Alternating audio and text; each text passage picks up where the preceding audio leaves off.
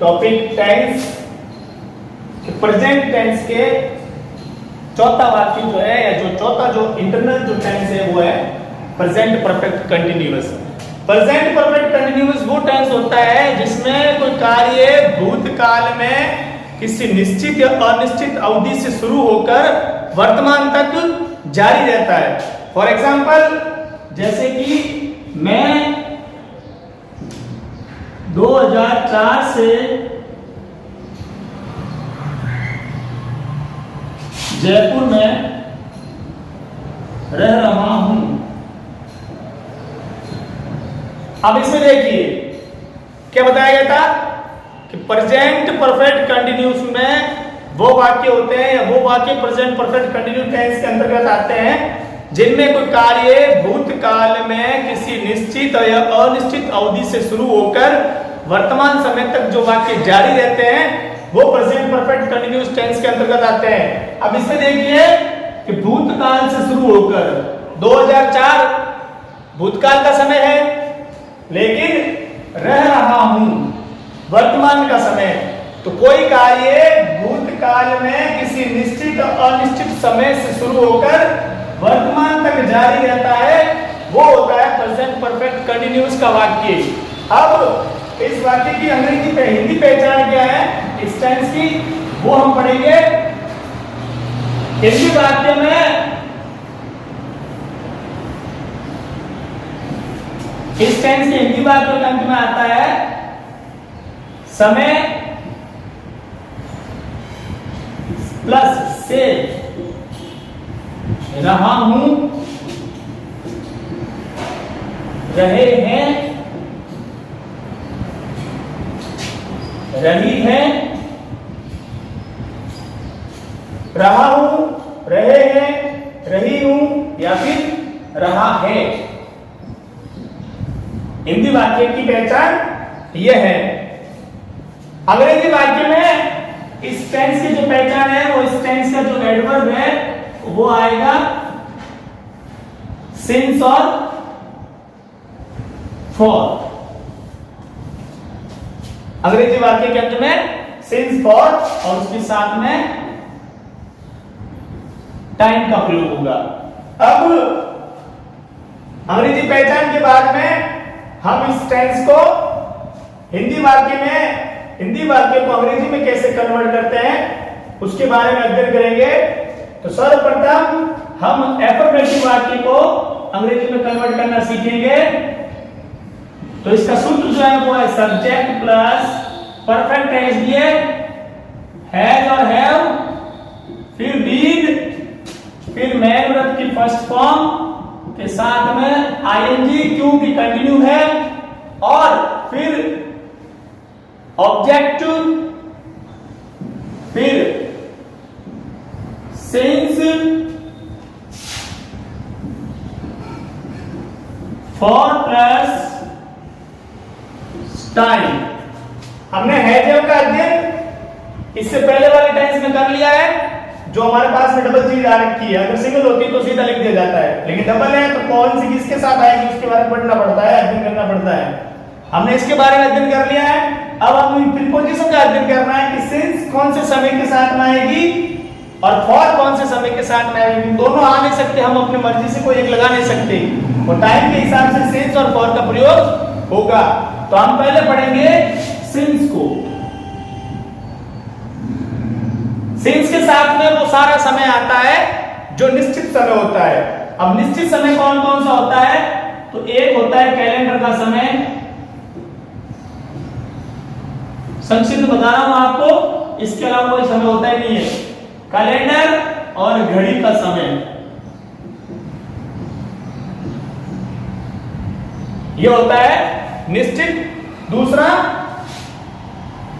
Evening और morning, इनके साथ भी सिंस का प्रयोग होता है। सेंस जितने भी समय हैं उन सब के साथ में फॉर का प्रयोग होगा। ये जो है वो निश्चित समय,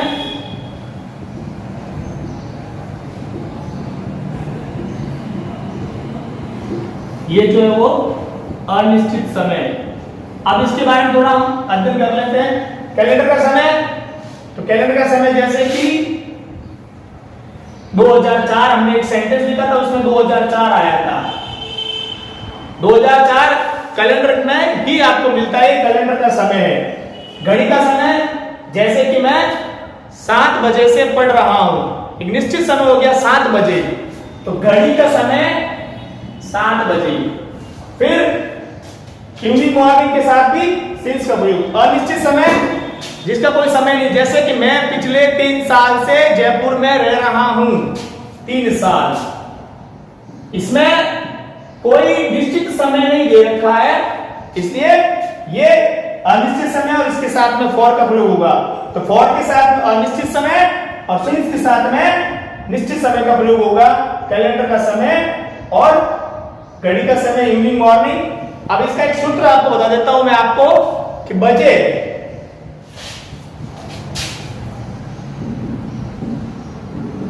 दिन, दिनांक, महीना, वर्ष, इवनिंग मॉर्निंग। बजे दिन दिनांक महीना वर्ष इवनिंग मॉर्निंग आए, फॉर छोड़ सिंस लगाए। इसका एक छोटा सा एक सूत्र दो है कि बजे दिन दिनांक महीना वर्ष इवनिंग मॉर्निंग आए, फॉर छोड़ सिंस लगाए, से सभी के साथ में फॉर लगाए। अब हम इस सेंटेंस को हल करेंगे।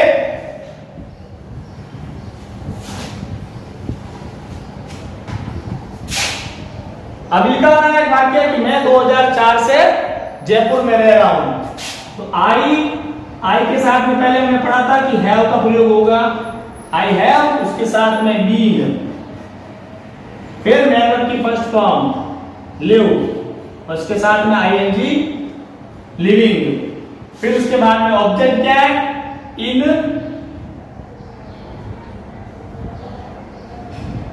जयपुर, और उसके बाद में I have been living in Jaipur.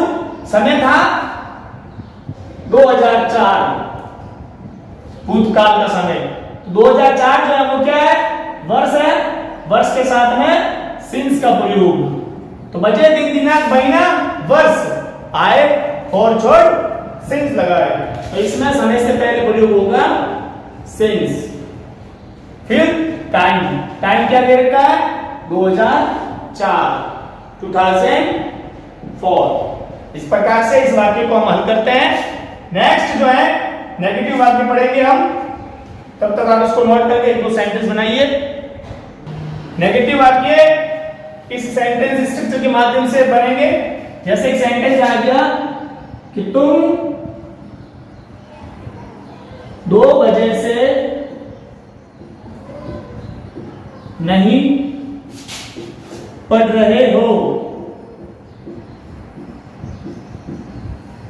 तो तुम सब्जेक्ट यू, यू के साथ में हैव आएगा, जिसका हमने पहले अध्ययन कर लिया है। तो यू हैव, फिर तीसरे स्थान पर नॉट। एक बात का ध्यान रखना कि बीइंग ये जो है वो हमेशा मैन वर्ब के साथ में ही रहते हैं, इनके बीच में कुछ नहीं आता है। तो यू हैव नॉट बीन, फिर क्रिया। अब क्रिया है इसमें पढ़ना, study. You have not been study 2 बजे, बजे आए सिंस लगाए, तो you have not been study since, समय है 2 बजे, 2 o'clock। ये वाक्य नेगेटिव का इस प्रकार बनेगा, तीसरे स्थान पर नॉट, एफर्मेटिव में तीसरे स्थान पर बीन था, लेकिन नॉट के लगने से बीन जो है वो आगे हो गया, चौथे नंबर पर चला गया। ये नेगेटिव वाक्य। अब हम इंट्रोगेटिव वाक्य के बारे में पढ़ेंगे। अगला वाक्य है इंट्रोगेटिव, प्रश्नवाचक वाक्य। इसका एग्जाम्पल है कि क्या वह 4 दिन से एक किताब पढ़ रहा है। इसको हम हल करेंगे। तो सबसे पहले हमको लगाना पड़ेगा सब्जेक्ट। सब्जेक्ट है हमारे पास में ही, क्योंकि हमने सब्जेक्ट को पहले क्यों चुना, इसलिए ताकि हमको ये पता चले कि वाक्य के प्रारंभ में हैज का प्रयोग होगा या फिर हैव का, वो सब्जेक्ट के हिसाब से डिसाइड होता है। सब्जेक्ट है ही एक वचन, इसलिए इसके साथ में प्रयोग होगा हेल्पिंग वर्ब हैज का। तो हैज ही, उसके बाद में बीन, फिर मैन वर्ब की फर्स्ट फॉर्म पढ़ना, तो रीड, उसके साथ में सूत्रानुसार आईएनजी, उसके बाद में ऑब्जेक्ट। ऑब्जेक्ट क्या है? एक किताब। ऑब्जेक्ट अगर पता करना है तो क्या से प्लस क्रिया से प्रश्न करो, क्या प्लस क्रिया से, क्या पढ़ रहा है, उत्तर आएगा आपको एक किताब, तो वो हो गया आपके ऑब्जेक्ट। तो has he been reading a book, फिर ऑब्जेक्ट तक पहुंच गए, फिर सिंस और फॉर में से। अब समय देखिए 4 दिन, ना तो इसमें कहीं बजे लिखा हुआ आया, दिन सोमवार मंगलवार वो वाले, ये अनिश्चित समय 4 दिन से, इसमें निश्चित समय नहीं दे रखा है, सिर्फ एक 4 दिन लिखा हुआ है। 4 दिन मतलब वो कब से बैठा पढ़ने, इसका कोई निश्चित टाइम नहीं है। क्या वो 4 दिन से किताब पढ़ रहा है? तो has he been reading a book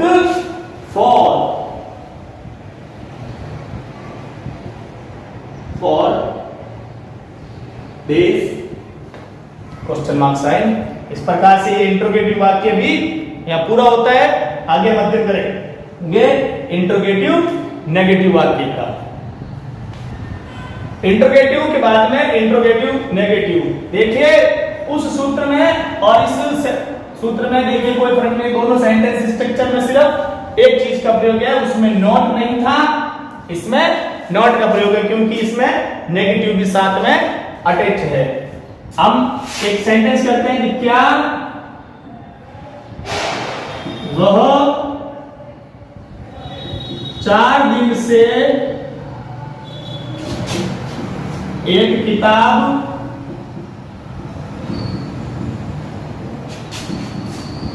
नहीं पढ़ रहा है?